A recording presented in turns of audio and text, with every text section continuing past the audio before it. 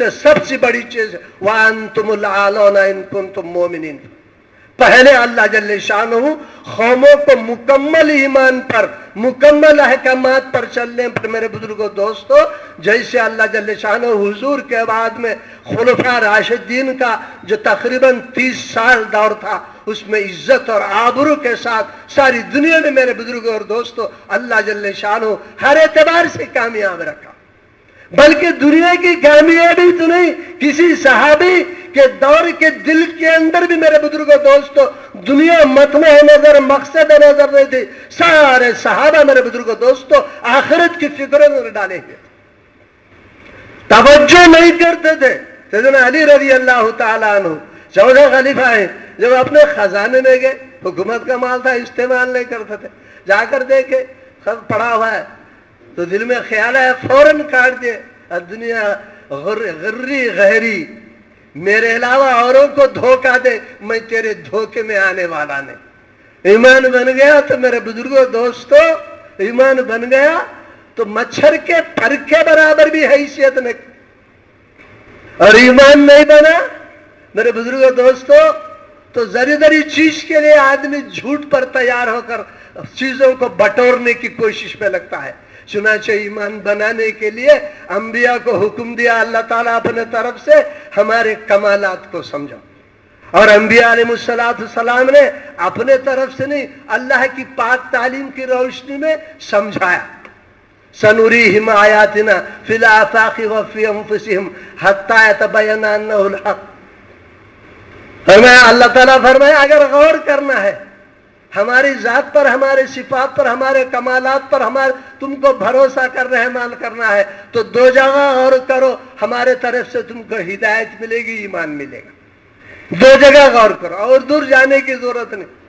میں ابھی عرض کیا راہ بھی تو، رہرو بھی تو، رہبر بھی تو، منزل بھی تو. اپنے آپ پر غور کر. فرمایا کہ انسان تو اپنے 5-6 قدم کے ڈھانچے میں خدائی کمالات کو دیکھ لے، پھر کروڑوں میل پھیلی ہوئی کائنات میں اللہ خود فرماتے ہیں 25 پارے کی ابتدائی آیتوں میں اللہ تعالیٰ اگر ہماری ذات پر یقین لانا کمالات پر تو ہماری مخلوقات کو سامنے رکھ کر خالق تک پہنچو، مصنوعات کو دیکھ کر سانے کو پہچان.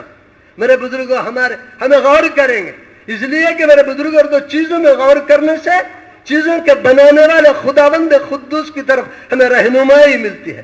انسانوں کو بنایا اللہ جل شانہ، کروڑوں انسانوں کو بنایا، سب کے چہرے الگ، کروڑوں کھربوں 6 کھرب سے زیادہ دنیا میں موجود ہیں، 6 ارب سے زیادہ، لیکن سب کے چہرے میں غور فرمایا خدا کے خزانے میں کتنے نمونے ہوں گے.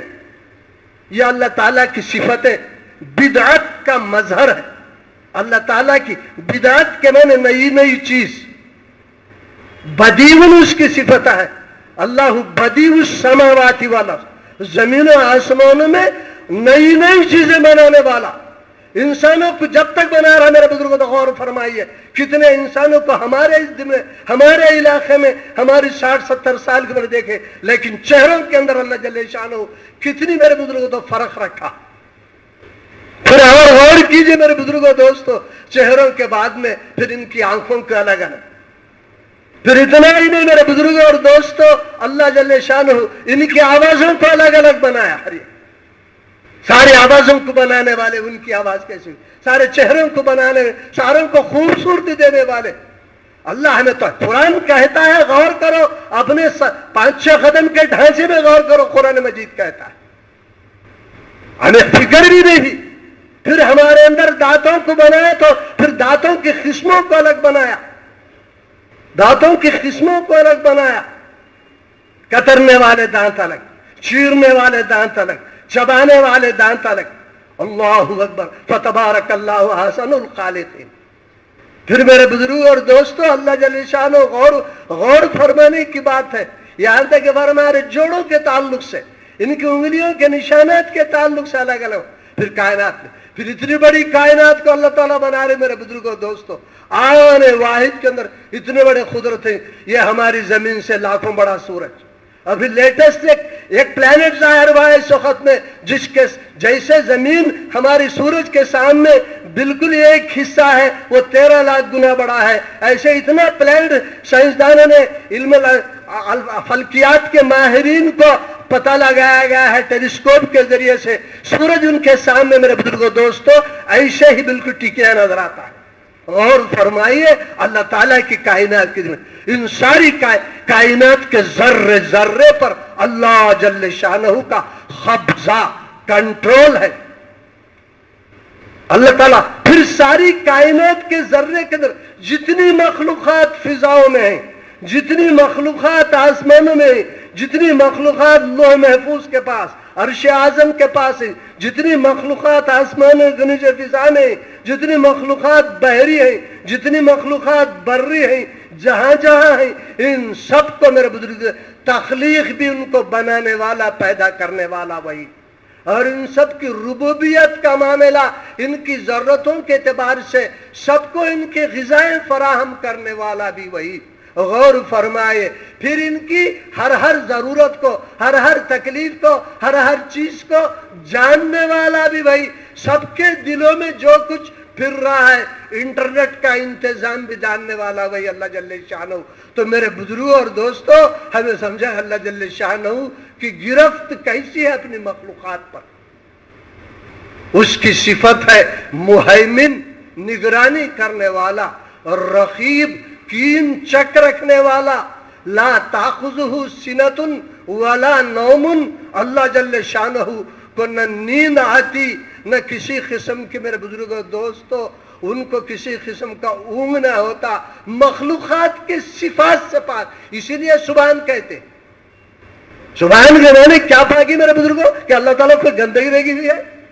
سبحان کے معنی ہے کہ مخلوقات کے ساری صفات سے پاک، کوئی دخل.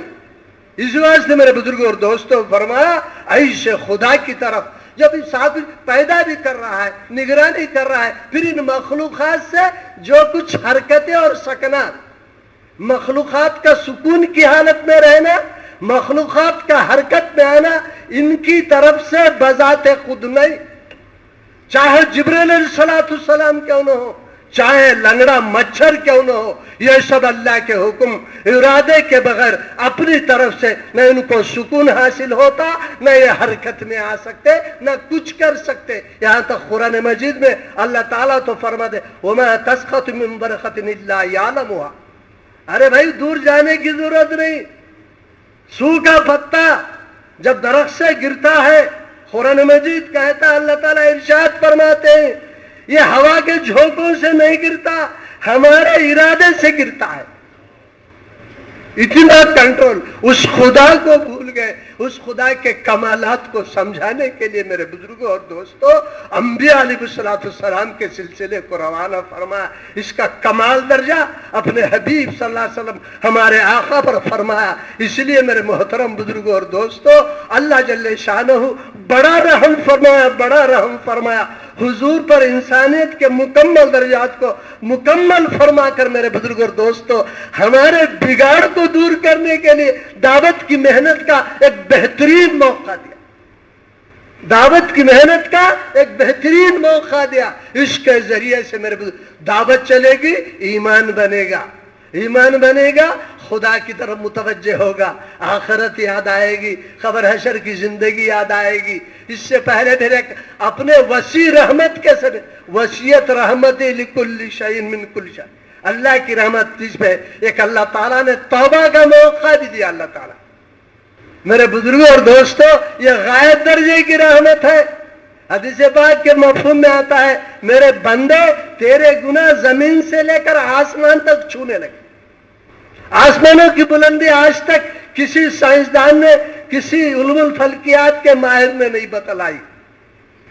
میرے بزرگوں اور دوستو تیرے گناہ اگر زمین سے لے کر آسمان کو چھونے لگ گئے، جب میری طرف تم متوجہ ہو کر ربی اغفر لی کہہ دیا، صرف ابھی ربی کہہ دیا تھا، تیرے دل کے راز کو جان کر میں تو پھر اغفر لی کہنے سے پہلے اتنے گناہوں کو معاف کرتا. میرے بزرگوں اللہ ہمیں سمجھ عطا فرمائے، ہمیں فکر عطا فرمائے، نہ خدا کے کمالات کی طرف متوجہ ہے، اس لیے کہ صبح سے لے کر شام تک جتنی سائنسز دنیا میں چل رہے ہیں یہ سارے کے تجربے ہیں، علم نہیں کے، یہ سارے تجربات پورے، اس واسطے تھیوری بدلتی جاتی، ہر سائنس کی لائن کی، ہر فارمولے کی تھیوری بدلتی جاتی، ریسرچ ریسرچ ریسرچ، لیکن اللہ جل شانہ کی طرف سے جو علم ہے میرے وَلَن تَجِدَ لِسُنَّتِ اللَّهِ تَبْدِيلًا، اللہ تعالیٰ کے پروگرام میں کوئی تبدیلی نہیں پا سکتا، کوئی متبادل پروگرام نہیں اللہ تعالیٰ، اس لیے کہ وہ هو الاول هو الاخر هو الظاہر هو الغائب، ساری چیزیں اسی کی، کروڑوں سال پہلے بھی اس کا ہی علم، کروڑوں سال مستقبل جانتا ہے، میرے بزرگوں موجودہ زمانے کا تو میرے بزرگوں اور دوستوں سارے کا سارا اس کے سامنے موجودہ زمانہ ہے، نہ ماضی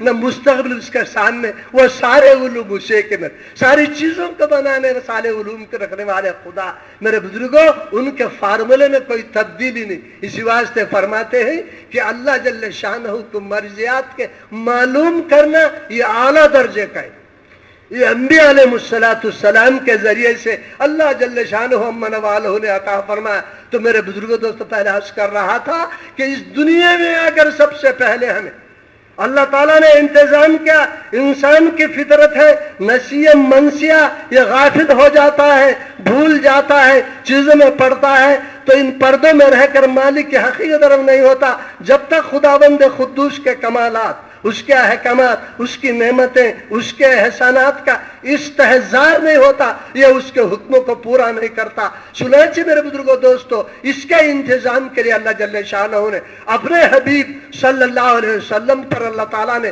دعوت کی محنت کو ضروری قرار دیا تاکہ حبیب کی امت نقصان میں نہ پڑے، ہمیشہ کے نقصان میں نہ پڑے، ہمیشہ کی تکلیف میں نہ پڑے، ہمیشہ کی ذلت میں نہ پڑے، ہمیشہ کی بے چینی میں نہ پڑے۔ میرے بزرگوں اور دوستو اللہ کی مان کر چلنے میں، اللہ کی مان کر چلنے میں اللہ تعالیٰ،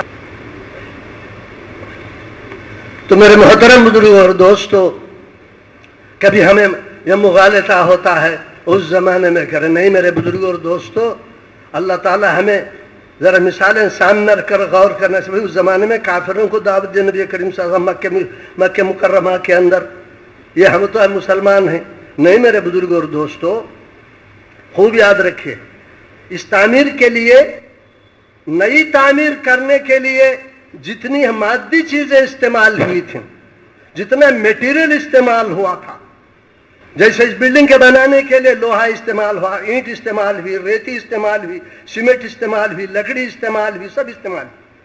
خدا نہ خواستہ اگر یہ تعمیر کے اندر کسی قسم کی خرابی آ گئی یا کوئی حصہ ڈیمیج ہو گیا یا کسی قسم کا، یا اس کو ریپیئر کرنا ہے تو پھر کیا استعمال کریں گے میرے بھائی؟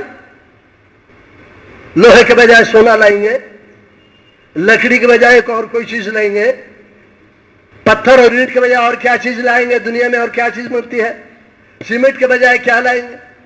تو چنانچہ میرے بزرگوں اور دوستو ہدایت جس لائن سے آئی تھی، ایمانیت جس لائن سے انبیاء نے من جانب اللہ، انبیاء اپنے طرف سے دعوت کی محنت کو نہیں چلائے، اس لیے کہ مشین کا بناؤ بگاڑ کا معاملہ اللہ کے طرف سے ہے، بنانے والا ہی اس مشین کی حالت کو جانتا ہے، چنانچہ بنانے والا خود انبیاء کو حکم دیا دعوت کی محنت کے ذریعے سے ہمارے انعامات، ہمارے احسانات، ہمارے کمالات کو بدلا۔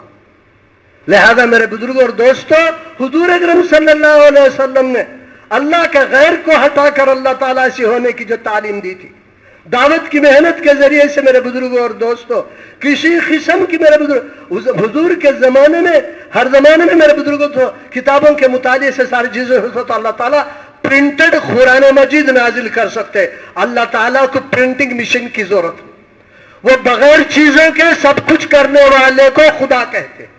خدا کے معنی کیا؟ کسی چیز کا محتاج نہیں، اپنی